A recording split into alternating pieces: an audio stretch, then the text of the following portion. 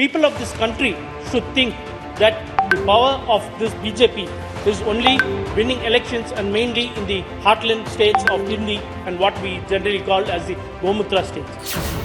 3 राज्यों में बीजेपी की जीत की गूंज लोकसभा में भी सुनाई दी, लेकिन संदर्भ कुछ अलग था। शब्द कुछ ऐसे थे जो नए विवाद की वजह बन गए। What we generally call as the Gomutra states. DMK सांसद ने हिंदी भाषी राज्यों को गोमूत्र स्टेट कहा। जाहिर है विवाद होना था, सवाल उठने थे। बीजेपी की जीत को कम दिखाने के लिए सेंथिल ने जिन शब्दों का इस्तेमाल किया, उससे लोगों का नाराज होना तय था। इससे पहले डीएमके के ही उदयनिधि स्टालिन ने सितंबर के महीने में सनातन को खत्म करने वाला बयान दिया था। अब सेंथिल कुमार ने गौमूत्र वाला बयान दिया है। बीजेपी कह रही है इस सोच का जवाब 3 राज्यों के वोटर्स ने दे दिया है। आगे भी जनता ऐसे बयानों का जवाब देती रहेगी। सनातन को जो समाप्त करने की कोशिश करेगा वही समाप्त हो जाएगा। ये मैं डंके की चोट पे कहता हूं, ऐसी हल्की बयान न दे। इस प्रकार की हल्की टिप्पणी करना ये कदापि उचित नहीं है और ऐसे लोगों को लोकसभा के अंदर जनता सबक सिखाएगी। INDIA ब्लॉक को बहुत धक्का लगा है और ऐसे बयानों से उनकी एक तरह से उनकी बौखलाहट दर्शाती है। पहले उनके नेता डीएमके के नेता और मंत्री उदयनिधि स्टालिन ने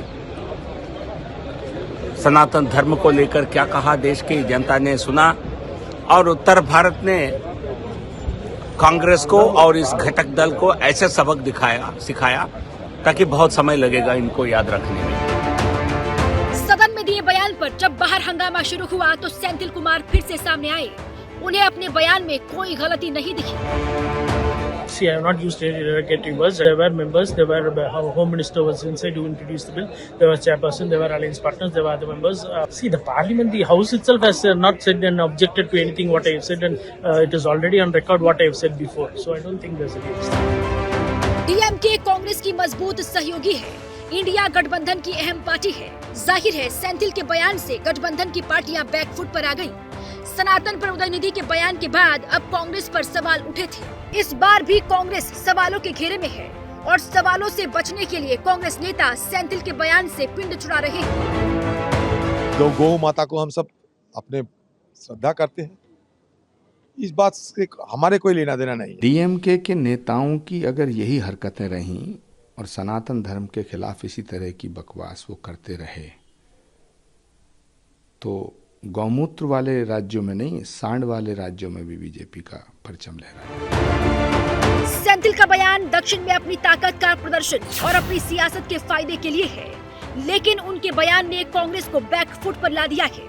उत्तर भारत में होने वाले नुकसान को देखते हुए कांग्रेस सेंथिल के बयान से पल्ला झाड़ने की कोशिश कर रही है, लेकिन भारतीय जनता पार्टी जैसे सवाल पूछ रही है उससे कांग्रेस के लिए ये आसान नजर नहीं आ रहा है।